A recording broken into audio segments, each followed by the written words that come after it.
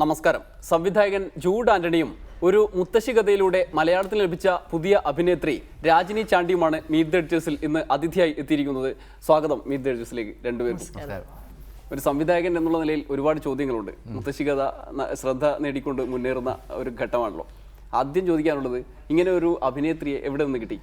അഭിനേത്രി നമ്മുടെ സ്റ്റുഡിയോ അടുത്ത് തന്നെയാണ് വീട്, ആലുവ തന്നെ വീട്. കിട്ടിയെന്ന് വെച്ച് കഴിഞ്ഞാൽ ഞാൻ ആദ്യം വിചാരിച്ചിരുന്നത് എൻ്റെ ഈ സിനിമയിൽ 2 മുത്തശ്ശിമാരാണ് മെയിൻ ക്യാരക്ടേഴ്സ് ചെയ്യുന്നത്. അപ്പോൾ ഒരു ഭയങ്കര കുശുംബിയായ റൗഡി മുത്തശ്ശി എന്നാണ് അവർ വിളിക്കുന്നത് എല്ലാവരും. അപ്പോൾ റൗഡിത്തരമുള്ള ഒരു പഴയകാല ഏതെങ്കിലും ഒരാൾ തിരിച്ചു കൊണ്ടുവരാം. അപ്പോൾ അവർ വരുന്നൊരു സിനിമ, രണ്ടാമത് വരുന്ന സിനിമ എന്ന രീതിയിൽ മീഡിയയിൽ കുറച്ച് വാർത്ത വരും, അങ്ങനെ കുറച്ച് വാല്യൂ വരുന്നൊക്കെ വെച്ചിട്ടാണ് ഞാൻ ഈ സ്റ്റോറി എഴുതി തുടങ്ങിയത്. പക്ഷേ ഞാൻ കഥ എഴുതി കഴിഞ്ഞതിന് ശേഷം പഴയ ഒത്തിരി പേര്, ഒരു 5-6 പേരോട് ഞാൻ പോയി സംസാരിച്ചു. അപ്പോൾ കഥ കേൾക്കുമ്പോൾ അവർ ചിരിച്ച് മരിക്കുന്നുണ്ട്, കമന്ന് വീഴുന്നുണ്ട്, എല്ലാം ചെയ്യുന്നുണ്ട്. പക്ഷേ അവിടെ ഞാൻ പറഞ്ഞതിനകത്തൊരു പേര് മുത്തശ്ശി എന്നുള്ള വരുന്നതുകൊണ്ട് അവരെന്നോട് പറഞ്ഞു നമുക്കത് മാറ്റി പ്രായം കുറച്ച് കുറയ്ക്കാൻ പറ്റും. ഒരു 50-60 ആണെങ്കിൽ പിന്നെ കുഴപ്പമില്ല. ഇതിപ്പോൾ മുത്തശ്ശി എന്ന് പറയുന്നതുകൊണ്ട്, അല്ലെങ്കിൽ അമ്മൂമ്മ എന്നെങ്കിലും മിനിമം പേമറും മറ്റേ മുത്തശ്ശി എന്നുള്ള വാക്കിലാണ് അതിൻ്റെ രസമുള്ളത്. അപ്പോൾ അവർക്ക് ഒട്ടും പറ്റും. അവർ പറഞ്ഞു ഞാൻ ഇനി വരുന്നൊരു സിനിമയിൽ മുത്തശ്ശിയായിട്ട് എൻട്രി ആവുകയാണെങ്കിൽ എല്ലാ സിനിമയിലും പിന്നെ ഞാൻ മുത്തശ്ശിയായി പോകുന്നു. അപ്പോൾ അങ്ങനെ എല്ലാവർക്കും ഒരു പേടി ഉണ്ടായിരുന്നു. അപ്പം അങ്ങനെ ഞാനിങ്ങനെ എന്ത് ചെയ്യും നല്ല ചെന്ന് എനിക്ക് തോന്നി, എന്നാൽ പിന്നെ ഇത് വേറെ ആർക്കെങ്കിലും വേണ്ടി വെച്ചിരിക്കുന്ന വേഷമായിരിക്കും, അല്ലെങ്കിൽ ഇങ്ങനെ എല്ലാവരും നോ പറയേണ്ട ആവശ്യമില്ലല്ലോ. അപ്പം അങ്ങനെ എന്നാൽ പിന്നെ പുതിയൊരാൾ കാസ്റ്റ് ചെയ്ത് നോക്കാം എന്നുള്ളൊരു ചങ്കൂറ്റം പോലെ തോന്നി എനിക്ക്. അങ്ങനെ കാസ്റ്റിംഗ് കോൾ വിട്ട സമയത്ത് ആൾ ഇങ്ങനെ വേറെ ആൾ വഴി എന്നെ വിളിച്ചു. അപ്പോൾ ഞാൻ വീട്ടിൽ പോയി കണ്ടപ്പോൾ തന്നെ ഉറപ്പായി ഇത് ജാങ്കോ മുത്തശ്ശിയാണ്, ആൾക്ക് വേണ്ടി എഴുതി വെച്ച റോൾ പോലെയായിരുന്നു. കാരണം ഞാൻ അതിനകത്ത് നമ്മുടെ പടത്തിൻ്റെ പേരെഴുതി ചെന്ന് വന്നതിൽ ഒരു മറ്റേ ചട്ടയും മുണ്ടും എടുത്ത് മുടിയൊക്കെ നിറച്ച് കയ്യിലൊരു ഗതയായിട്ടൊരു സാധനത്ത് വരച്ചെടുക്കും. ആ സെയിം ആളുടെ കാർട്ടൂൺ കഥാപാത്രത്തിൻ്റെ മുഖച്ഛായ പോലും ഉണ്ടായിരുന്നു. ഞാൻ ചെന്ന് കാണുമ്പോൾ ഞാൻ ഞെട്ടിപ്പോയി. അപ്പോൾ ഇത് ഓൾറെഡി ആൾക്ക് വേണ്ടി വെച്ചിരുന്ന സാധനമാണ്, ഞാൻ കണ്ടെത്തിയതല്ല, ഇത് ഇങ്ങോട്ട് വന്നതാണ്. ഈ സിനിമയിൽ അഭിനയിക്കുക എന്നുള്ളത് തന്നെയായിരുന്നോ ആഗ്രഹം? അതിനുവേണ്ടി കാത്തിരിക്കുകയായിരുന്നു? അങ്ങനെയൊന്നുമില്ല, എന്തെങ്കിലും ഒന്ന് ചെയ്യണം, എനിക്ക് എവിടെയെങ്കിലും എന്തെങ്കിലും ചെയ്യണമെന്നൊരാഗ്രഹം ഉണ്ടായിരുന്നു എന്നല്ലാതെ സിനിമ 65 വയസ്സിൽ ഞാൻ സിനിമയിൽ അഭിനയിക്കാൻ എനിക്ക് ചാൻസ് കിട്ടുന്ന സ്വപ്നത്തിൽ പോലും എനിക്ക് വിചാരിക്കാൻ പറ്റില്ല. എന്താ ഈ ജീവിത പശ്ചാത്തലം എന്താണ്? പ്രേക്ഷകർക്ക് അത് അറിയില്ല. ഞാൻ എൻ്റെ 19ാമത്തെ വയസ്സിൽ കല്യാണം കഴിഞ്ഞ് ബോംബെക്ക് പോയതാണ്. എൻ്റെ ഹസ്ബൻഡ് ഒരു ഇൻ്റർനാഷണൽ ബാങ്കിൽ ഉയർന്ന പൊസിഷനിലായിരുന്നു. അപ്പോൾ ഒരു 21 വർഷം ഞങ്ങൾ ബോംബെയിലായിരുന്നു. അപ്പോൾ മലബാർ ഹില്ലിലൊക്കെ ഇങ്ങനെ അടിച്ചു പൊളിച്ച് ജീവിച്ച് 95 ഞങ്ങൾ തിരിച്ച് നാട്ടിലേക്ക് വന്നു. ഇവിടെ വന്നിട്ട് ഇപ്പോൾ 21 വർഷമായി. അപ്പോൾ അതിനിടയ്ക്ക് ഞാനിവിടെ ആലൂരൊരു ഹെൽത്ത് ക്ലബ്ബ് തുടങ്ങി, എയറോബിക്സ് ഒക്കെ ആയിട്ട്. അത് 97 2002-03 വരെ only for ladies, managed by ladies എന്ന് പറഞ്ഞ് ഉണ്ടായിരുന്നു. അത് കഴിഞ്ഞ് പിന്നെ എൻ്റെ വീട്ടിലെ കാര്യങ്ങളൊക്കെ നോക്കി ഇങ്ങനെ. ആദ്യത്തെ സിനിമയാണെങ്കിലും വളരെ ഒറിജിനാലിറ്റി ഉണ്ടായിരുന്നു. ജീവിതത്തിലും അങ്ങനെ തന്നെയാണോ? അത് എൻ്റെ കയ്യിലുള്ള പിന്നെ നല്ലതോ ചീത്തയോ എന്തായാലും അത് ജൂഡ് കണ്ടുപിടിച്ചു, ജൂഡ് പുറത്തു കൊണ്ടുവന്നു, അത്ര എനിക്ക് പറയാം. ജീവിതത്തിലെ ആൾ ജാങ്കോ ആണ്. ആ പടത്തിൽ മറ്റേ ആൾക്കാരോട് ദേഷ്യപ്പെടില്ല എന്ന് മാത്രമേ ഉള്ളൂ, ബാക്കിയെല്ലാം സെയിം ആണ്. ആൾ എങ്ങനെ ജാങ്കോ ആയിട്ട് ജീവിക്കുന്നത്. ഫ്രീ. എങ്ങനെയാണ് ഇത്ര പെർഫെക്റ്റ് ആയിട്ടുള്ള ഒരാളെ കിട്ടിയത്? സജഷൻ അല്ല, ഞാൻ പറഞ്ഞില്ല, ഒരു കാസ്റ്റിംഗ് കോൾ വിട്ടപ്പോൾ എനിക്ക് തോന്നിയെന്ന് പറഞ്ഞാൽ ആരെങ്കിലും ഉണ്ടാവും, ഏതെങ്കിലും ഒരു ജാങ്കോ മുത്തശ്ശി വരുന്നവരായിരുന്നു. അപ്പോൾ ഇത് പിന്നെ പേപ്പറിൽ പരസ്യം കണ്ട് മജു എന്ന് പറഞ്ഞാൽ എൻ്റെ സുഹൃത്തുണ്ട്. അപ്പോൾ ആൻറ്റിക്ക് പറയാം മജുവിനെ. അപ്പോൾ മജുവിനെ വിളിച്ചു പറയായിരുന്നു ആൻറ്റി, അവിടെ ജൂഡിനോട് ഞാനിവിടെ ഉണ്ട്, ഞാൻ മജു എന്ന് ചോദിക്കാൻ പറയാൻ പറഞ്ഞു. അപ്പോൾ ഇങ്ങനെ പറഞ്ഞപ്പോൾ തന്നെ എനിക്ക് മനസ്സിലായി അങ്ങനെ ജാങ്കോ ആയിരിക്കും, കാരണം ഞാൻ മതിയോ എന്നൊക്കെ ചോദിക്കണമെങ്കിൽ. അപ്പോൾ അങ്ങനെ ഒരു കാസ്റ്റിംഗ് ഒക്കെ സംഭവിച്ചു പോകുന്നതാണ്. നമ്മൾ അതിനുവേണ്ടി കുറച്ച് സമയം എടുത്തു കഴിഞ്ഞാൽ അത് കിട്ടും, ആർക്കെങ്കിലും കിട്ടും. ഈ ഓം ശാന്തി ഓശാനയ്ക്ക് ശേഷം എടുക്കുന്ന സിനിമയാണല്ലോ, വലിയ പ്രതീക്ഷ പ്രേക്ഷകർക്കുണ്ടാക്കാം. കാരണം ആ സിനിമയ്ക്ക് ലഭിച്ച സ്വീകാര്യത എന്നുള്ള നിലയിൽ ഇതൊരു പക്ഷേ സാധാരണ ഒരു മാസിനെ ആകർഷിക്കാൻ പ്രണയം അല്ലെങ്കിൽ ആക്ഷൻ വേറൊരു ലെവലിലുള്ള സിനിമകളാണ് ആളുകൾ പതിവായി എടുക്കുക. താങ്കളുടെ ആ ഒരു സ്വീകാര്യത നിലനിർത്താൻ എങ്ങനെയാണ് ഒരു മുത്തശ്ശിമാരുടെ കഥയിലേക്ക് എത്തിയത്? എനിക്കൊരു ആഗ്രഹം ഉണ്ടായിരുന്നു, സംവിധായകനാവണമെന്നൊരു ആഗ്രഹം ഉണ്ടായിരുന്നു പണ്ട്. ഞാൻ സംവിധായകനായി, അപ്പം എൻ്റെ ഡ്രീം അവിടെ വെച്ച് കഴിഞ്ഞ പോലെയായിരുന്നു. അതിനുശേഷം അതിന് ഭയങ്കരമായ രീതിയിൽ പടം ഓടുന്നു, ഹിറ്റാവുന്നു, ഇതൊന്നും ഞാൻ പ്രതീക്ഷിച്ച സാധനമല്ലായിരുന്നു. ഒരു പടം ചെയ്യണമെന്ന് ഭയങ്കര ആഗ്രഹമുണ്ട്. ഭയങ്കര മേക്കിംഗ് സ്റ്റൈലൊന്നും ഇല്ലാത്ത, ഒന്നും പഠിക്കാത്ത ഒരാളായിരുന്നു ഞാൻ. ഫിലിമിനെ കുറിച്ച് പഠിക്കാത്ത. പക്ഷെ ഒരു സിനിമ എടുത്ത് വിജയിപ്പിച്ച് അത് ഭയങ്കര 100 ദിവസം ഓടി അതിനൊരു അവാർഡ്, സ്റ്റേറ്റ് അവാർഡ് കിട്ടുന്നു. അപ്പോൾ എന്നെ സംബന്ധിച്ച് എൻ്റെ ജീവിതം പൂർത്തിയായി എന്ന രീതിയിലാണ് ഞാൻ ഇരുന്നിരുന്നത്. അപ്പോൾ അതിനുശേഷം ഇനി സിനിമ ചെയ്യുന്ന അടുത്ത കഥ എന്താണ് എന്നൊക്കെ വീട്ടുകാരും അല്ലെങ്കിൽ മറ്റേ ബന്ധുക്കളും കൂട്ടുകാരും ചോദിക്കുമ്പോഴാണ് ഞാൻ പോലും വിചാരിക്കുന്നത് അടുത്ത സിനിമ ചെയ്യണമല്ലോ എന്ന് പോലും. അപ്പോൾ അങ്ങനെ അതിനുവേണ്ടി കുറേ കഥകൾ കേട്ടു. പക്ഷേ അങ്ങനെ കഥകൾ എനിക്ക് ഭയങ്കര ഇൻട്രസ്റ്റിംഗ് ആയിട്ട് തോന്നുന്നില്ല. ഇത് ഞാൻ ചെയ്യേണ്ട ആവശ്യമില്ല. അപ്പോൾ അതിനുശേഷമാണ് ഈ കഥയിലേക്ക് എത്തുന്നത്. ഇപ്പോൾ ഒരു കേൾക്കുന്ന ഒരു ആരോപണം, മലയാള സിനിമയിൽ ഇപ്പോൾ മുത്തശ്ശിയില്ല, മുത്തച്ഛൻ അച്ഛനമ്മാവനൊന്നും ഇല്ലാത്ത തരത്തിലുള്ള പുതിയ തലമുറയുടെ കഥയാണ് പറയുന്നത് എന്നാണ്. അപ്പോൾ താങ്കളൊരു പുതുതലമുറ സംവിധായകനായി വ്യാഖ്യാനിക്കുന്നവരുണ്ടാവും, അങ്ങനെ പ്രതീക്ഷിക്കുന്നവരുണ്ടാവും. ഇപ്പം മുത്തശ്ശി കഥ എന്ന് പേരിടുന്നു, അതിനെ ഓറിയൻറ്റ് ചെയ്തൊരു സിനിമ ഉണ്ടാക്കുന്നു, ഇത് സ്വീകരിക്കപ്പെടുമോ എന്നൊരു പേടിയുണ്ടായിരുന്നു? ഇല്ല, എനിക്ക് ഞാൻ പറഞ്ഞില്ല, എൻ്റെ പേടി ഉണ്ടായിരുന്നത് ഇതെല്ലാവർക്കും ഇഷ്ടപ്പെടുന്ന രീതിയിൽ ഞാൻ എഴുതണം. എൻ്റെ എഴുത്തായിരുന്നു എനിക്ക് ഉണ്ടായിരുന്ന പേടി, അല്ലാതെ സിനിമ ആൾക്കാർക്ക് ഇഷ്ടമാണെന്ന് ഉറപ്പായിരുന്നു. പക്ഷെ ഞാൻ എഴുതി വരുമ്പോൾ ഇത് പ്രായമായ ആൾക്കാരുടെ ഭാഗത്തു നിന്നാണ് ഞാൻ എഴുതുന്നത്. അപ്പോൾ അവരിങ്ങനെയൊക്കെ ആയിരിക്കും പറയുന്നത്, അവരെ മനസ്സിലൊന്ന വികാരങ്ങൾ ഇതൊക്കെ ആയിരിക്കും. അതല്ലാതെ സിനിമ ഓടാതിരിക്കുന്നുള്ളത് അങ്ങനെ ഒരു യാതൊരു പേടിയില്ല. കാരണം സിനിമ നല്ലതാണെങ്കിൽ അത് എല്ലാ കാലത്തും ഓടിയിട്ടുണ്ട്. എൻ്റെ ഓൾമോസ്റ്റ് എഴുത്തിന് വേണ്ടി ഞാൻ കുറേ സമയം എടുത്താണ് എഴുതിയത്. ഒന്നാമത്തെ എഴുത്ത് നമുക്ക് പറ്റിയ പണിയല്ലായിരുന്നു. അപ്പോൾ ഞാനത് എഴുതി കഴിഞ്ഞതിന് ശേഷം കുറച്ച് ആൾക്കാരെടുത്ത് പറഞ്ഞു, കഥ പറഞ്ഞു, അവർക്ക് വായിക്കാൻ കൊടുത്തപ്പോൾ അവരെല്ലാം കുഴപ്പമില്ല എന്ന് പറഞ്ഞു. ലാൽജു സാറിനെ കൊണ്ട് വായിപ്പിച്ചു ഞാൻ സ്ക്രിപ്റ്റ് ആദ്യം. സാർ ഇത്രയും കാലം ഇൻഡസ്ട്രിയിലുള്ള ആളാണല്ലോ. അപ്പോൾ ഞാൻ സാറിന് കൊടുത്തിട്ട് സാർ ഇതിൽ എന്തെങ്കിലും എഴുത്തിൻ്റെ പ്രശ്നമാണെങ്കിൽ വേറെ ആൾ കൊണ്ട് എഴുതിക്കാൻ എൻ്റെ പ്ലാൻ. സാറിന് വായിച്ചിട്ട് പറയണമെന്ന് പറഞ്ഞു. സാറ് വായിച്ചിട്ട് പറഞ്ഞു ഇതിൽ വേറെ ആളുടെ ആവശ്യമുണ്ടെന്ന് തോന്നുന്നില്ല, നീ അത്യാവശ്യം വൃത്തിയായിട്ട് എഴുതിയിട്ടുണ്ടെന്ന് പറഞ്ഞു. പുള്ളിയുടെ വായനൊരു വാക്ക് കേട്ടപ്പോൾ പിന്നെ ഞാൻ ഉറപ്പിച്ചു. ആദ്യത്തെ സിനിമ സൂപ്പർ ഹിറ്റ് ആകുമ്പോൾ സ്വാഭാവികമായും പിന്നെ നടന്മാരുടെ സൂപ്പർ താരങ്ങളുടെ വരെ ഡേറ്റ് കിട്ടാം. അക്കാര്യത്തിൽ വലിയ ബുദ്ധിമുട്ടില്ല. അങ്ങനെ ഒരു താരത്തെ കണ്ടെത്തുന്നു, പിന്നെ ആ താരത്തിന് വേണ്ടി സിനിമ കഥ എഴുതുന്നു. അങ്ങനെയാണല്ലോ ഒരു നടപ്പ് ശീലം. അതിൽ നിന്ന് മാറി നടന്നത് എന്തുകൊണ്ടാണ്? ഞാൻ പറഞ്ഞ പോലെ തന്നെ സ്റ്റോറിയാണ്. എനിക്കും ആഗ്രഹം ഉണ്ടായിരുന്നു ഏതെങ്കിലും സ്റ്റാറിൻ്റെ അടുത്ത് പോയി കഥ പറയണം. കാരണം എന്താണ്, മോഹൻലാലിനെ വെച്ചിട്ട് പടം ചെയ്യാൻ ഇപ്പോഴും ഭയങ്കര ആഗ്രഹമുള്ളതാണ് ഞാൻ. പക്ഷേ മോഹൻലാൽ സാറിൻ്റെ അടുത്തൊക്കെ പോകുമ്പോൾ ഒരു നല്ല കഥ വേണം, വെറുതെ. അപ്പോൾ കഥയില്ല, അത് തന്നെയായിരുന്നു എൻ്റെ പ്രശ്നം. അപ്പോൾ ഈ കഥയാണ് എനിക്ക് ഇഷ്ടപ്പെട്ട കഥ. അപ്പോൾ അതിനകത്ത് മോഹൻലാൽ സാറിനോ അല്ലെങ്കിൽ ഒരു സ്റ്റാറിനോ ഉള്ള സ്കോപ്പ് ഇല്ല പടത്തിൽ. മലയാളത്തിലെ അമ്മമ്മ കഥാപാത്രങ്ങൾ ചെയ്യുന്ന നടിമാരെടുത്ത കവിയൂർ പൊന്നമ്മയുണ്ട്, അല്ലെങ്കിൽ ഈ പറഞ്ഞ KPS ലളിതയുണ്ട്. ഇപ്പോൾ ഒട്ടുമിക്ക താരങ്ങളും അവരൊക്കെ തന്നെ ഈ വീട്ടകങ്ങളിലെ ദുർബലരായ അമ്മമാരെയോ അല്ലെങ്കിൽ പാവം സാരി മാത്രം എടുത്തു വരുന്നവരാണ്. ഇപ്പോൾ സുകുമാരി മാത്രമായിരിക്കും ഡിഫറൻ്റ് ആയിട്ട് എന്തെങ്കിലും ഡിക്കമായി എന്നൊക്കെ പറഞ്ഞിട്ട് ബോയിങ്ങിലൊക്കെ ചെയ്തിട്ടുണ്ടാവുക. കുറച്ച് മോഡേൺ വേഷങ്ങൾ ചെയ്യാൻ അത്ര വെർസറ്റലായിരുന്നു. അത് അവർ മാത്രമേ ഉണ്ടായിരുന്നുള്ളൂ. ഇപ്പോഴത്തെ കാലത്തെ ഉള്ളവരെല്ലാം ഒരു ടിപ്പിക്കൽ വേഷങ്ങളാണ്. അപ്പം അങ്ങനെ ഒരു രണ്ടും ചെയ്യാൻ കഴിയുന്ന പ്രായമായ ഒരാളുടെ സ്പേസ് ഇപ്പോഴും ബാക്കി കിടപ്പുണ്ട്. അവിടെ എനിക്ക് നന്നായി വിഹരിക്കാൻ പറ്റുമെന്നുള്ള ആത്മവിശ്വാസമുണ്ട്. ഞാൻ സത്യം പറഞ്ഞാൽ ഇങ്ങനൊന്നും ചിന്തിച്ചിട്ടേ ഇല്ല. എനിക്കിങ്ങനെ ഒരു എന്തെങ്കിലും ചെയ്യണമെന്നൊരു മോഹം ഉണ്ടായിരുന്നു. അപ്പോൾ ജൂഡ് വന്നു ചോദിച്ചു. ഞാൻ ആദ്യം നമുക്ക് മാപ്പിളയുടെ അല്ലെങ്കിൽ ഹസ്ബൻഡിൻ്റെ പെർമിഷൻ വാങ്ങിക്കണമല്ലോ.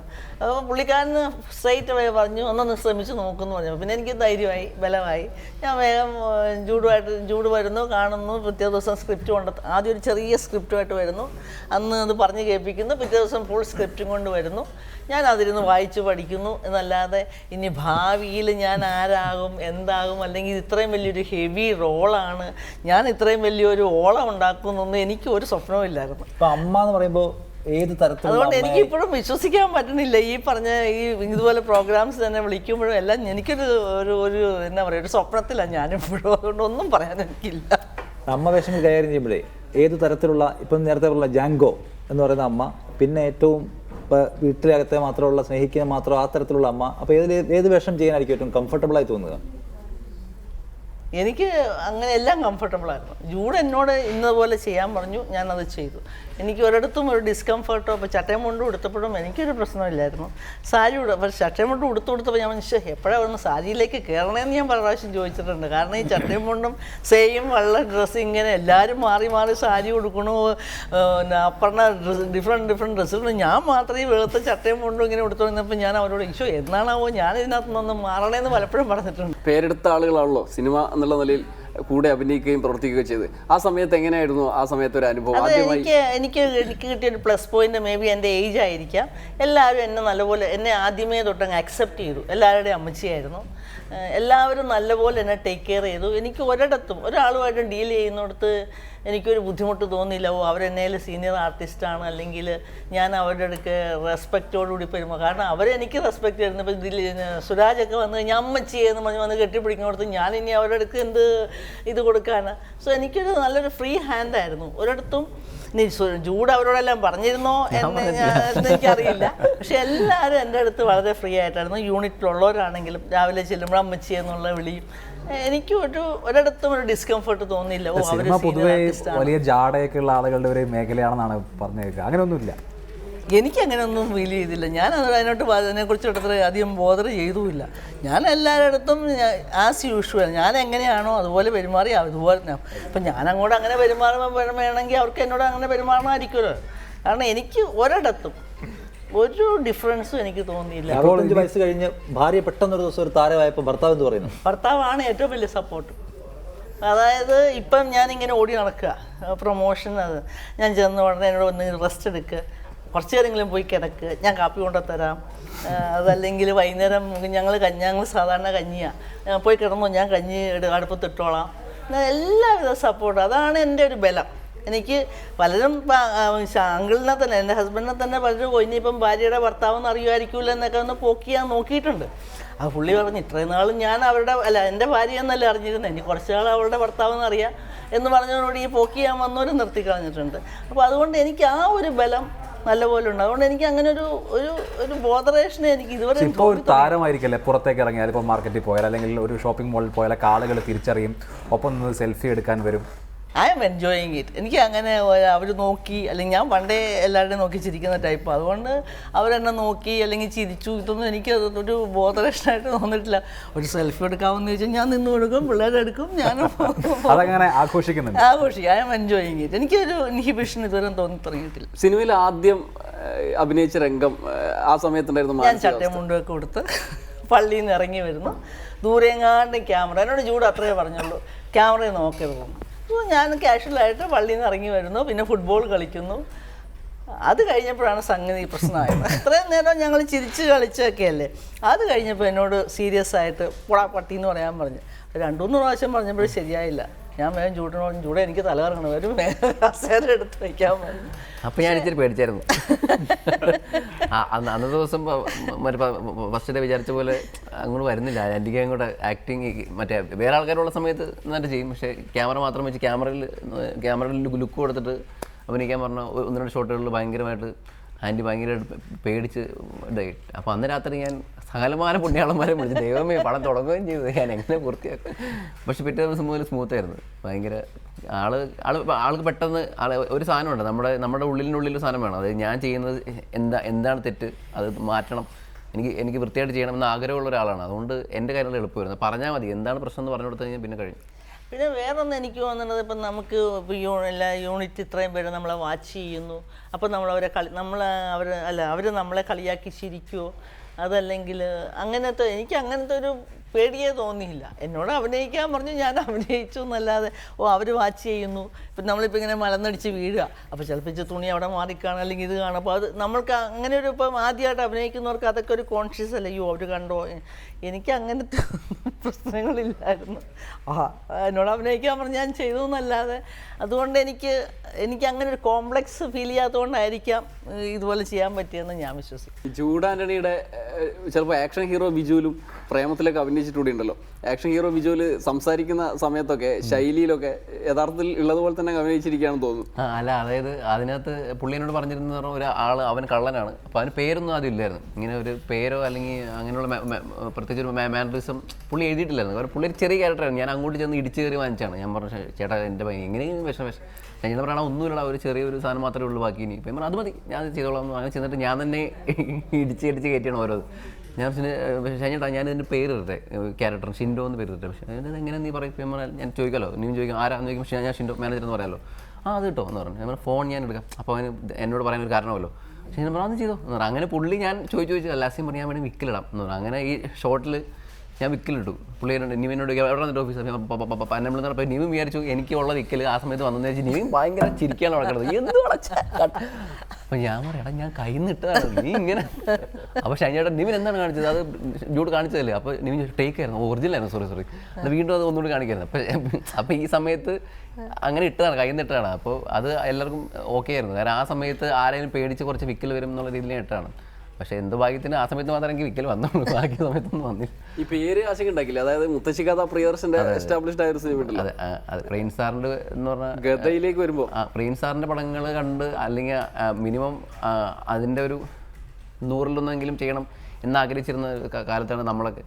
അപ്പോൾ അങ്ങനെയുള്ള സമയത്ത് ഒരു പടത്തിൻ്റെ പേരാണ് ഏറ്റവും ഫസ്റ്റ് തിങ് വേണ്ടത്. നമ്മൾ വെറുതെ പോകുന്ന സമയത്ത് ഒരു പടത്തിൻ്റെ പേര് എഴുതിയ ഒരു പോസ്റ്ററാണ് വേണം അവനുള്ളിൽ ഇത് കണ്ടാൽ കൊള്ളാമെന്ന് വല്ലതും തോന്നണത്. അല്ലെങ്കിൽ അവൻ കാണണമെന്നില്ല, ചിലപ്പോൾ അവൻ വീട്ടിൽ പോയിട്ട് വേറെ ആളോട് ചോദിച്ച് അതിനുശേഷം അവൻ പടം കാണുന്നത്. അപ്പോൾ പേരിലെങ്കിലും മിനിമം ഒരു ക്യാച്ചിങ് സാധനം വേണം. അപ്പോൾ ഞാൻ വീട്ടിലിരുന്ന് പല പേരുകൾ ആലോചിക്കുന്നു, ഈ പടത്തിന് പറ്റിയ പേര് എന്താണെന്ന് ആലോചിച്ച് വെറുതെ വായിൽ വന്ന ഒരു പേരാണ് ഒരു മുത്തശ്ശി കഥയുണ്ടല്ലോ പണ്ട്, ഞാനത് ഗതയാക്കി. അപ്പോൾ പക്ഷേ പേര് ആദ്യം വന്നു. പക്ഷേ എന്തുകൊണ്ട് ഈ ഗത എന്ന് വന്നു കളക്ഷൻ ഒന്നും ആദ്യം ഉണ്ടായിരുന്നില്ല. പക്ഷേ ഞാൻ കണക്ട് ചെയ്തു. ഞാൻ പറഞ്ഞു ഗത എന്ന് പറഞ്ഞാൽ ഇവരുടെ കലിപ്പാണ് ഗത. ഇവരുടെ കയ്യിൽ എപ്പോഴും ഒരു ഗതയുണ്ടെന്നാണ് കവി ഉദ്ദേശിക്കുന്നത്. ആർക്ക് വേണമെങ്കിലും കൊട്ട് കിട്ടാം. അപ്പോൾ അങ്ങനെയാണ് മുത്തശ്ശി ഗതയിലേക്ക് എത്തിയത്. മെയിൻലി ഇതാണ് പേര്. ഒരാൾക്ക് ഇപ്പോൾ ഒരാൾ കേൾക്കുമ്പോൾ ഒരു മുത്തശ്ശി ഗത കേൾക്കുമ്പോൾ അത് ഗത എന്നുള്ള കൗതുകം ഉണ്ടാക്കാൻ വേണ്ടി തന്നെ ഇട്ടാണ് ആ പേര്. താങ്കൾ സിനിമയിലേക്ക് വരുന്നത് എങ്ങനെയാണ്? സിനിമ മോഹിച്ച് ഇറങ്ങി? അതെ, സിനിമ മോഹി. അത് ഞാൻ പണ്ടെന്ന് പറഞ്ഞാൽ ഒരു ആക്ടർ ആവണമെന്നായിരുന്നു എൻ്റെ ആഗ്രഹം. പക്ഷെ ഞാൻ വരും മെലിഞ്ഞ് നായകനാവുള്ള ഉപയോഗിച്ച് കോമഡി റോളൊക്കെ ചെയ്യാമല്ലോ, കോമാളിത്തരം കാണിച്ച് രക്ഷപ്പെടാമെന്ന് വെച്ചപ്പോൾ അന്നാണ് എൻ്റെ വീടിൻ്റെ അടുത്തൊരു 5 കിലോമീറ്ററാണ് ദിലീപേട്ടൻ്റെ വീട്. അപ്പോൾ പുള്ളി ഇങ്ങനെ എങ്ങനെയാണ് ഇൻഡസ്ട്രി കയറി എന്നൊക്കെയുള്ള വാർത്ത നമ്മൾ വായിക്കുമല്ലോ വന്നത്. പുള്ളി ഒരു പടത്തിൽ അസിസ്റ്റേറ്ററായിട്ട് കയറി അങ്ങനെ പതുക്കെ ഗ്യാപ്പിലൂടെ ഡയറക്ടറായി പറഞ്ഞപ്പോൾ ഞാൻ എന്നാൽ പിന്നെ അസിസ്റ്റൻ്റ് ആവാം. അങ്ങനെ ആ ഗ്യാപ്പിലാണ്. അപ്പോൾ എൻ്റെ ഭാഗ്യത്തിന് പുള്ളിയുടെ അനിയൻ്റെ ബ്രദർ എൻ്റെ കൂടെ പഠിച്ചിട്ടുണ്ട്. നമ്മുടെ പടത്തിലെ ബംഗാളിയായിട്ട് അഭിനയിച്ചു അപ്പു. ഞാൻ അവരുടെ അടുത്ത് പറയാം, നീ എങ്ങനെയും പറയാം എനിക്കൊരു പടത്തിൽ അസിസ്റ്റേറ്റർ ആവണമെന്ന് പറഞ്ഞു. അങ്ങനെയാണ് ദീപക് കരുണാകരൻ്റെ ആദ്യത്തെ പടം ക്രേസി ഗോപാലൻ സമയത്ത് ഞാൻ ഇടിച്ച് കയറി അങ്ങോട്ട് കയറി ചെന്ന് എന്നെ ആ പടത്തിൽ വർക്ക് ചെയ്യിപ്പിച്ചു. അതാണ് എൻ്റെ ഫസ്റ്റ് പടം. അതിനുശേഷം പിന്നെ അപ്പം ഞാൻ വിചാരിച്ചു അസിസ്റ്റേറ്ററായി, ഇനി അങ്ങോട്ട് അസിസ്റ്റേറ്റർമാർ അല്ല ഇഷ്ടംപോലെ പടങ്ങൾ അസിസ്റ്റേറ്ററായിട്ട് വരാം എന്ന് വിചാരിച്ചിട്ടാണ് പോയത്. പക്ഷേ ആരും വിളിച്ചില്ല. അപ്പോൾ അന്ന് ഇന്നത്തെ പോലെ ഇൻഡസ്ട്രി ഭയങ്കര എല്ലാവർക്കും കയറി വരാവുന്ന സ്ഥലമല്ലായിരുന്നു. അപ്പോൾ അതിനുശേഷം വീണ്ടും ഞാൻ ചെന്ന് പറഞ്ഞു അനുവേട്ടനോട് വീണ്ടും പറഞ്ഞു, അനുവേട്ട ഒരു പടം കൂടി പ്ലീസ്, ഒറ്റ പടം കൂടി എന്ന് പറഞ്ഞപ്പോൾ ഏതാ പടം? ഞാൻ പറഞ്ഞു വിനീത് ശ്രീനിവാസൻ ആ സമയത്ത് പടം ചെയ്യാൻ പോകും മലർവാടി ആർട്സ് ക്ലബ്ബ്. അപ്പോൾ എനിക്ക് ഉറപ്പായിരുന്നു വിനീത് ശ്രീനിവാസനായിട്ട് ഒരു കണക്ഷൻ ഉണ്ടാക്കിയിട്ട് പിടിച്ച് കയറാം. ഞാൻ കാല് പിടിച്ച് കൈകാലം പിടിച്ചിട്ടാണ് ആ പടത്തിൽ വീണ്ടും പുള്ളി എന്നെ പറഞ്ഞിട്ട് എന്നെ അസിസ്റ്റേറ്ററാക്കി. അവിടെ മുതൽ എൻ്റെ വര തെളിഞ്ഞു. കാരണം വിനീതും ഞാനുമായിട്ട് പെട്ടെന്ന് സിങ്കായി. അവന് പൊതുവെ എല്ലാവരും ഭയങ്കര ഇഷ്ടമാണ് വിനീതിനും. അപ്പോൾ ഞാനും വിനീത് ഒരേ ഏജാണ്. അപ്പോൾ ഞങ്ങൾ പെട്ടെന്ന് കമ്പനി ആയി. പിന്നെ ആ സമയത്ത് നിവിൻ അല്ലെങ്കിൽ അജു ഒക്കെ എന്താ പറയുക, അവർ ഞാനിങ്ങനെ ഇരിക്കുന്ന സമയം എന്നെ വിളിച്ച് വെറുതെ ഫോൺ ചെയ്തു, നിൻ്റെ എപ്പോഴാണ് സിനിമയാണ് നീ? അപ്പോൾ ഞാൻ സിനിമ ചെയ്യാറായോ അങ്ങനെ രീതിയിലേക്കാണ്. അത് ഭയങ്കര സപ്പോർട്ടീവ് ആയിരുന്നു. അജു ആയാലും നിവിനായാലും വിനീതായാലും 3 പേരും കൂടെ എന്നെ ഞാനൊരു സംഭവമാകുന്ന രീതിയിൽ ഇങ്ങനെ പറയുമായിരുന്നു എല്ലാ ദിവസവും. അപ്പോൾ എനിക്ക് തന്നെ തോന്നി തുടങ്ങി ഞാനിപ്പോൾ പടം ചെയ്യാറായി. അങ്ങനെ ഞാൻ പതുക്കെ സിനിമയിലോട്ട് ഇങ്ങനെ ചെയ്തു. അങ്ങനെയാണ് പെട്ടെന്ന് എത്തിയത്. ഇല്ലെങ്കിൽ ഞാൻ ഭയങ്കര ഒരു മൂലക്കിരുന്ന് പോയതിൻ്റെ ഒരാളായിരുന്നു. ഈ വ്യക്തി ജീവിതത്തിൽ ഈ മുത്തശ്ശിമാരെ ഓർത്ത് ഒരു മുത്തശ്ശി സങ്കല്പത്തെ ഓർത്ത് ആകുലതയുള്ള ആളാണോ? വ്യക്തി ജീവിതത്തിൽ എനിക്ക് 2 മുത്തശ്ശിമാർ ഉണ്ട് ശരിക്കും. ഒരാൾ മരിച്ചുപോയി, ഒരാളിപ്പോഴും ഉണ്ട്. അത് സെയിമാണ്. മറ്റേ ആൾ മരിച്ചുപോയ ആളെന്ന് പറഞ്ഞാൽ ഞങ്ങളുടെ വീട്ടിൽ നാട്ടിലൊക്കെ കുറച്ച് എല്ലാവർക്കും പേടിയുള്ള ഒരാളായിരുന്നു. ആ വഴിക്ക് പോകുമ്പോഴൊക്കെ ആൾക്കാർ അവിടെ അമ്മൂമ്മ ഉണ്ടോ എന്ന് നോക്കിയിട്ട് ഈ വഴി പോകുള്ളൂ. അങ്ങനത്തെ ഒരാളായിരുന്നു. ആൾ മരിച്ചുപോയി. പക്ഷേ ആ ആളും ഇപ്പോഴത്തെ ആളും ഭയങ്കര ഇതുപോലെ തന്നെയായിരുന്നു. ഇവർ കാണുമ്പോൾ ഇടയ്ക്കിടയ്ക്ക് ചില കുശുമ്പുകളൊക്കെ ഉണ്ടായിട്ടുണ്ട്. അപ്പോൾ അതൊക്കെ ഞാൻ എടുത്തിട്ടുണ്ട്, സിനിമയിൽ എടുത്തിട്ടുണ്ട്. പിന്നെ മുത്തശ്ശിമാരോട് എനിക്ക് ഭയങ്കര ഇഷ്ടമാണ്. കാരണം മുത്തശ്ശിമാരൊക്കെ പറയുന്ന കാര്യങ്ങളിലാണ് കാമ്പുള്ളൂ. കോമഡി വേഷങ്ങളിലൂടെ ആണെങ്കിലും സിനിമയിൽ അഭിനയ രംഗത്ത് നിലയുറപ്പിക്കണം എന്ന ആഗ്രഹം കളഞ്ഞു. അഭിനയ രംഗത്തൊന്നും ഞാൻ അധികം കാലം ഒന്നും ഉണ്ടാവുമെന്ന് എനിക്ക് തോന്നുന്നില്ല. കാരണം അതിനുള്ളൊരു നമ്മുടെ അതിനുള്ള ഒരു ക്രാഫ്റ്റ് ഇല്ല എന്ന് വിശ്വസിക്കുന്ന ആളാണ് ഞാൻ. അല്ല വിനയല്ല, സത്യമാണത്. ഞാൻ ഉള്ളതിനും പറഞ്ഞതാണ്. കാരണം എനിക്കങ്ങനെ മേക്കിംഗ് സ്റ്റൈലോ പ്രത്യേകിച്ച് അങ്ങനെ ഞാൻ ഒന്നും പഠിച്ചിട്ടില്ല. ഇനി അത് മാത്രമല്ല എനിക്കങ്ങനെ ഒരു ഭയങ്കര ഇൻട്രസ്റ്റ് ഒന്നുമില്ല. ഭയങ്കര മേക്കർ ആവണമെന്ന് ഭയങ്കര നല്ല സിനിമകൾ ചെയ്യണമെന്ന് ആഗ്രഹമൊന്നുമില്ല. സിനിമകൾ ചെയ്യണം എന്ന് ആഗ്രഹമുണ്ട്. പക്ഷെ എൻ്റെ ഏറ്റവും വലിയ ആഗ്രഹം എന്ന് പറഞ്ഞാൽ മറ്റേ ഇൻഡസ്ട്രി വരെ ഒരു ആക്ടർ ആവാന്നുള്ളായിരുന്നു. അപ്പോൾ ഞാൻ എങ്ങനെയെങ്കിലും പല ആൾക്ക് ഇപ്പോൾ ചോദിക്കാൻ എളുപ്പമുള്ളൂ, ചാൻസ് ചോദിക്കാൻ വളരെ എളുപ്പമാണ്. എല്ലാവരും സ്വന്തം സിനിമ 2 ഹിറ്റായി കിടക്കില്ല, അതിൽ ഏതെങ്കിലും അഭിനയിച്ചങ്ങ് മുത്തശ്ശിക്കതിൻ്റെ മെയിൻ ക്യാരക്ടറാണ് ചെയ്തിട്ടുള്ളത്. ഡബിൾ റോളാണ് അത്. ഞാൻ മനഃപൂർവ്വം ഇടിച്ചു കയറി ചെയ്തതല്ല. ഞാൻ അജു വർഗീസിന് വേണ്ടി എഴുതിയൊരു ക്യാരക്ടറാണ്. അപ്പോൾ ആ സമയത്ത് അവന് പടത്തിൽ വരാൻ പറ്റാത്ത അവസ്ഥ വന്നു. അപ്പോൾ പടത്തിൻ്റെ അവൻ്റെ പോർഷൻ സ്റ്റാർട്ട് ചെയ്യാൻ 3 ദിവസം ഉള്ള സമയത്ത് വേറെ ആരും കിട്ടാതെ വന്നപ്പോൾ ഗതികെട്ട് ഞാൻ ചെയ്തതാണ്. പക്ഷേ അത് അത്ര വലിയ സംഭവം ഞാൻ വിശ്വസിക്കുന്നില്ല. പക്ഷേ ഞാൻ പറഞ്ഞു വരുന്നത് മറ്റൊരാളുടെ ഇതിൽ ചെയ്യുമ്പോൾ എനിക്ക് ഫ്രീ ആയിട്ട് ഇത് ചെയ്യാൻ പറ്റും. ഈ പടത്തിൽ എനിക്ക് ടെൻഷൻ അടിച്ചിട്ടാണ് ഞാൻ. ഉള്ളിലൊരു നടനുണ്ട് എന്ന് ഉറപ്പാണ്. ഭയങ്കര നല്ല നടനുണ്ട്. ഇല്ല, ഞാൻ ഇവിടെ ഉണ്ടാവും. കോമഡി നടൻ എന്തായാലും ഉണ്ടല്ലേ? ആത്യന്തിക ലക്ഷ്യം ഉറപ്പല്ലെങ്കിൽ അത് ഉറപ്പാക്കണം. അതെ, അത് ഞാൻ ഉറപ്പിക്കും. കാരണം കഴിഞ്ഞ പ്രാവശ്യം ഉണ്ടായ സംഭവം എന്ന് പറഞ്ഞാൽ നമ്മുടെ മറ്റേ പ്രേമ സിനിമ കഴിഞ്ഞപ്പോൾ ബന്ധുക്കളടക്കം എന്നോട് പറഞ്ഞു ഇനി മേലാൽ നീ അഭിനയിക്കരുത്, ഭയങ്കര വെറുപ്പിക്കലാണ്, നിൻ്റെ ഓവർ ആക്ടിങ് ആണ്, നീ ചളവാണ്, നീ ജീവിതത്തിൽ ഇനി അവർക്ക് അഭിനയിക്കരുതെന്നൊക്കെ ഒത്തിരി സുഹൃത്തുക്കൾ പറഞ്ഞിട്ടുണ്ട്. പക്ഷേ എന്നിട്ട് ഞാൻ അതൊന്നും ഒക്കെ നമ്മുടെ ഒരു ഊർജ്ജമായി എടുത്തുകൊണ്ട് ഞാൻ പോയി മറ്റേ പടത്തിൽ അഭിനയിച്ചു. ആക്ഷൻ ഹീറോ ബിജുവിൽ അഭിനയിച്ചതിന് ശേഷം ഇതേ ബന്ധുക്കളും സുഹൃത്തുക്കളും എന്നോട് പറഞ്ഞു നീ ഭയങ്കര നടനാണല്ലോ. അപ്പോൾ ഞാൻ പറയാം, എടാ എൻ്റെ ഉണ്ട്, ഞാൻ സമയം തരും, ഞാൻ പുറത്തെടുക്കട്ടെ. അപ്പോൾ അതുപോലെ എൻ്റെ ഉള്ള നടൻ പുറത്ത് വരും. മുത്തശ്ശിയുടെ കാര്യം പറഞ്ഞല്ലോ, ഈ മുത്തശ്ശി സങ്കല്പം എന്താണ്? ഞാനിതൊരു മുത്തശ്ശിയാണെന്ന് വിചാരിച്ചിട്ടില്ല, അതല്ലേ ഏറ്റവും വലിയൊരു ഇത്. അല്ല, നമുക്കൊരു മുത്തശ്ശി ഉണ്ടായിട്ടുണ്ടാവല്ലോ, ആ നിലയിലുള്ള അനുഭവങ്ങൾ ഉണ്ടായോ? അവര് നല്ല മുത്തശ്ശിമാരായിരുന്നു. ഞാൻ എൻ്റെ അപ്പച്ചൻ്റെ അമ്മേനെ ആണെങ്കിൽ ഞാൻ ഓർക്കുന്ന ഒരു 90 ഡിഗ്രി ഇങ്ങനെ വളഞ്ഞ് ഞങ്ങൾ ചെല്ലുമ്പോൾ പത്താഴത്തിൽ മാങ്ങയും മറ്റു സാധനങ്ങൾ ഒളിച്ചു വെച്ച് എന്നിട്ട് ഞങ്ങൾ ചെല്ലുമ്പോഴത്തേനും അതിനകത്ത് കൊണ്ടേ തീറ്റിക്കുന്നതും അത് വെച്ചൂരായിരുന്നു. അപ്പോൾ അങ്ങനെ ഒരു അമ്മയായിരുന്നു. ഇപ്പുറത്തെ അമ്മച്ചിയുടെ അമ്മ ഭയങ്കര സ്ട്രിക്റ്റ് ആയിരുന്നു. ഈ പറഞ്ഞ മാതിരി ഭയങ്കര സ്ട്രിക്റ്റ്. ഞങ്ങൾ മരത്തിലൊക്കെ കയറിന്ന് അവിടെ നിന്ന് ഇറങ്ങുന്നവരെ ഭയങ്കര സ്നേഹം, മോളെ ഇറങ്ങിത്തവാന്നൊക്കെ പറയും. വന്നു കഴിഞ്ഞാൽ കിട്ടിയ ആട്ടിയുടെ പൂരമായിരിക്കും. കാരണം മോളിൽ കയറിയത് ഇവർക്ക് പേടി കാണുമല്ലോ, താഴെങ്ങാനും വീണാ. അപ്പോൾ പക്ഷെ അവിടെ നിന്ന് പേടിപ്പിച്ച വില കുരുത്തക്കേടും കാണിച്ചെങ്കിലോന്ന് ചോദിച്ചാൽ മോളെ ഇറങ്ങി വാന്നൊക്കെ പറയും. ഇറങ്ങി താഴെ എത്തിക്കഴിയുമ്പോഴായിരിക്കും ആട്ടിയുടെ പൂരം വാങ്ങിച്ചിട്ടുണ്ട്. അങ്ങനെ രണ്ടമ്മമാരും അങ്ങനെയായിരുന്നു, രണ്ടും ഡിഫറെൻറ്റ് ക്യാരക്ടറായിരുന്നു. പക്ഷേ നല്ല we had a nice time with them. ജൂഡിന്റെ അടുത്ത പ്രൊജക്ടിനെ കുറിച്ച് ആലോചിക്കുന്നുണ്ടോ? ഇല്ല, ഞാൻ അടുത്ത സിനിമ ശരിക്കും പറഞ്ഞാൽ ഞാൻ ഒരാളത് കല്യാണം എൻ്റെ കല്യാണ സമയത്ത് കുറച്ച് കാശിന് ആവശ്യം വന്നപ്പോൾ ഞാനൊരു പടത്തിൻ്റെ ഈ സിനിമയുടെ അഡ്വാൻസ് വാങ്ങിച്ചിട്ട് ഓൾറെഡി അഡ്വാൻസ് വാങ്ങിച്ചിട്ടുണ്ടായിരുന്നു. പക്ഷേ അതിനുശേഷം കല്യാണത്തെ കുറച്ച് കാശ് തികയാതെ വന്നപ്പോൾ ഞാൻ അടുത്ത സിനിമയുടെ അഡ്വാൻസ് ഒന്ന് വാങ്ങിച്ചായിരുന്നു. അപ്പം അങ്ങനെ ഉള്ള കമ്മിറ്റ്മെൻ്റ് ഉണ്ട്. അടുത്ത സിനിമ ഞാൻ ഇന്ന ആൾക്ക് ചെയ്ത് കൊടുക്കാമെന്ന് പറഞ്ഞിട്ടുണ്ട് ഒരു പ്രൊഡ്യൂസറുടെ അടുത്ത്. അപ്പോൾ അത് മാത്രമേ ഉള്ളൂ.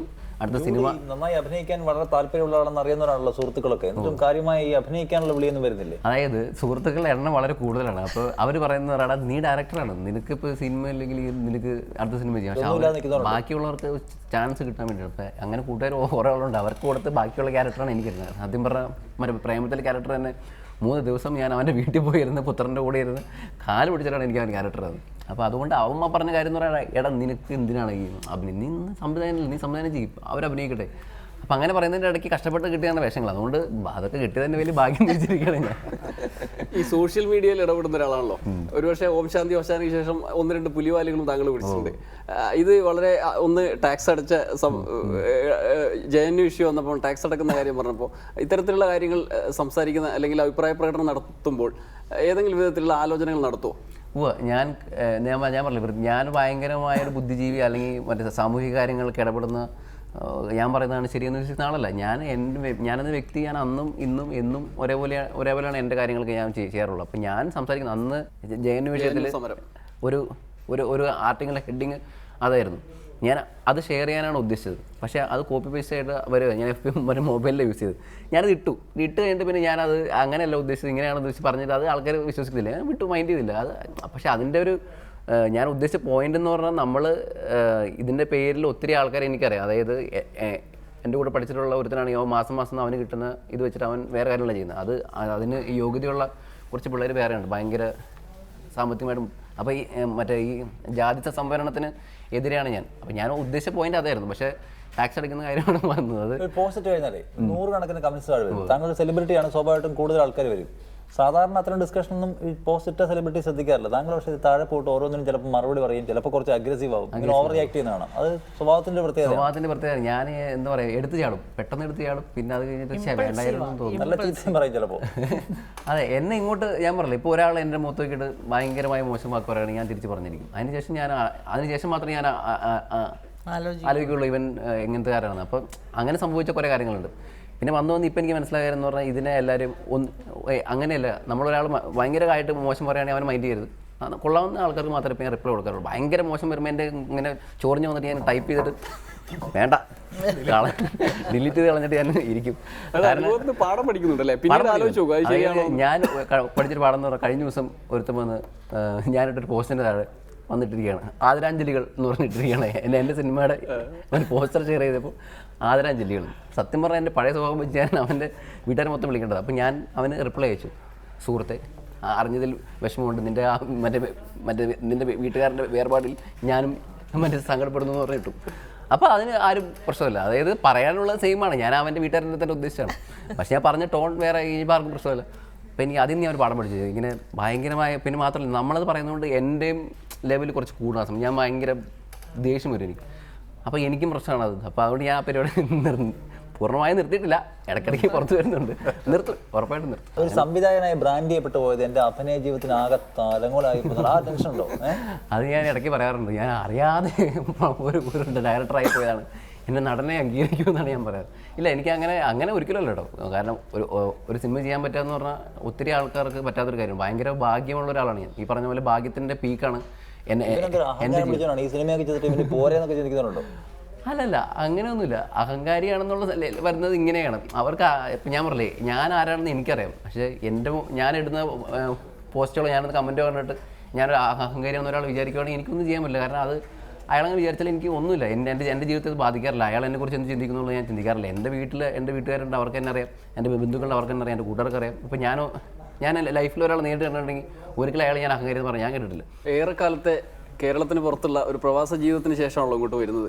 മലയാള സിനിമയൊക്കെ കൃത്യമായി കാണാറുണ്ടോ? ഇവിടെ നടക്കുന്ന കാര്യങ്ങളൊക്കെ അറിയുന്നുണ്ടായിരുന്നു? അത് ഞാൻ വലിയ രഞ്ജി പണിക്കർ ആരാന്ന് ചോദിച്ച ആളാ പുള്ളിനെ നേരിട്ട് കണ്ടപ്പോ അല്ല, ഞാൻ പറഞ്ഞു അതാണ് രഞ്ജി പണിക്കർ അതാര്? ഞാൻ വിചാരിച്ചു ഓം ശാന്തി ഓശാനയിൽ അഭിനയിച്ച ഡോക്ടർ, അത്ര എനിക്കറിയാമോ. പക്ഷേ ഭാഗ്യലക്ഷ്മിയാണ് പറയണേ പുള്ളി ഇതൊക്കെ സിനിമയിലെ സ്ക്രിപ്റ്റ് എഴുതിയിട്ടുണ്ട് അതെന്ന് പറഞ്ഞിട്ട് ഞാൻ പറഞ്ഞു എനിക്കറിയാൻ പാടില്ലായിരുന്നു പറഞ്ഞു. അപ്പോൾ രഞ്ജി എൻ്റെ അടുത്ത് വന്നിരുന്നു. ഭാഗ്യലക്ഷ്മി പറഞ്ഞു രഞ്ജി ആരാന്നറിയാൻ പറ്റില്ല. ഞാൻ പറഞ്ഞു എൻ്റെ രഞ്ജി ഞാനൊരു വെറും ഒരു ഹൗസ് വൈഫായിരുന്നു, എനിക്ക് ഫിലിം വേൾഡുമായിട്ട് അതൊന്നും സാരമില്ലെന്ന് പറഞ്ഞു. അമിതാഭ് ബച്ചനൊക്കെ ആയിട്ട് നല്ല ബന്ധമുള്ള ഫാമിലിയാണ്. അത് നമ്മൾ വിചാരിക്കും ഭയങ്കര ഈഗോ അല്ല ഭയങ്കര പൊങ്ങച്ചം പറഞ്ഞായിരിക്കും. പക്ഷെ ഇവരൊക്കെ അവിടെ ഉണ്ടായിരുന്ന സമയത്ത് അവരെ മിക്കവാറും എല്ലാ ഫംഗ്ഷനൊക്കെ പോയി അവരുടെ ഫുഡ് അവരുടെ കൂടെ ആദ്യം ആൻറ്റി പറഞ്ഞ ആഴ്ച തള്ളായിരിക്കും. പിന്നെ ബോംബെയിൽ അമിതാഭ് ബച്ചൻ കല്യാണത്തിന് വരാം. ഞാൻ അനിൽ അംബാനിയുടെ കല്യാണം കൂടിയിരുന്നു. ജീവിതം ആഘോഷിച്ചടങ്ങുന്ന സമയത്ത് അധികം സിനിമയൊന്നും കണ്ടിട്ടില്ല. അന്ന് സിനിമയുടെ വലിയ ക്രൈസ് ഒന്നും ഉണ്ടായിരുന്നില്ല. പക്ഷെ ഇപ്പം എങ്ങനെയാണ് ഉണ്ടായത്? പിന്നെ അല്ലെന്നേ സിനിമ ഞാൻ പറഞ്ഞില്ല എനിക്ക് അങ്ങനെ സിനിമയിൽ അഭിനയിക്കണമെന്നല്ല, എനിക്ക് എന്തെങ്കിലും ഞാൻ ഇപ്പം എന്നെ കാണുമ്പോൾ ആൾക്കാർക്കൊരു വിചാരമുണ്ട് ഒരു കേപ്പബിൾ ലേഡി അല്ലെങ്കിൽ എന്തും ചെയ്യാം. എനിക്കും ഒരു ഫീലിംഗ് ഉണ്ട് എനിക്ക് എന്തും ചെയ്യാം.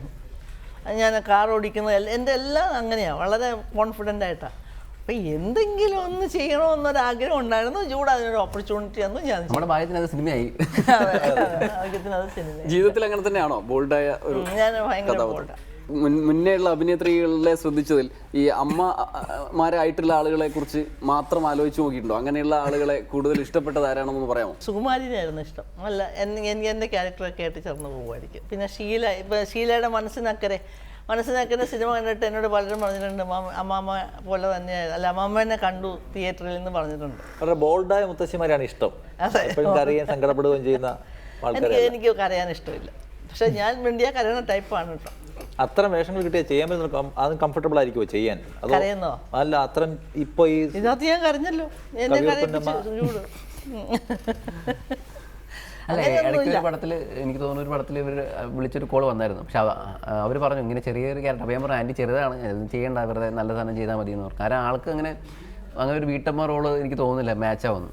ഭയങ്കര അങ്ങനെ ഒരു റോളിലൊക്കെ ആൾ ഒതുങ്ങി കഴിഞ്ഞാൽ ആൾ എനിക്ക് തോന്നുന്നില്ല അത് എത്രമാത്രം ചെയ്യാൻ പറ്റുമെന്ന്. കാരണം ആൾക്ക് ഒട്ടും ഇഷ്ടമല്ല ആ പരിപാടി. ഇത് നമ്മുടെ പടത്തിൽ എന്നെ കരയിപ്പിച്ചതെന്ന് പറഞ്ഞാൽ എന്നോട് നീ എന്നെ ചീത്ത പറ, അല്ലെങ്കിൽ ഞാൻ പറഞ്ഞു ആൻറ്റി നീ എന്നെ ചീത്ത പറ, നീ എങ്ങനെയെങ്കിലും പറഞ്ഞ് എന്നെ കരയിപ്പിക്കും, എനിക്ക് കരച്ചിലേ വരുന്നില്ല. അപ്പോൾ മുത്തശ്ശി കഥ ഭീമന്റെ കഥയോളം പവർഫുൾ ആകട്ടെ എന്ന് ആശംസിക്കുന്നു. വളരെയധികം നന്ദി മീറ്റ് തിയേറ്റേഴ്സിൽ ഇത്രയും നേരം ചെലവഴിച്ചതിന്. അടുത്ത ആഴ്ച മറ്റൊരു അതിഥിയുമായി വീണ്ടും കാണാം. നമസ്കാരം.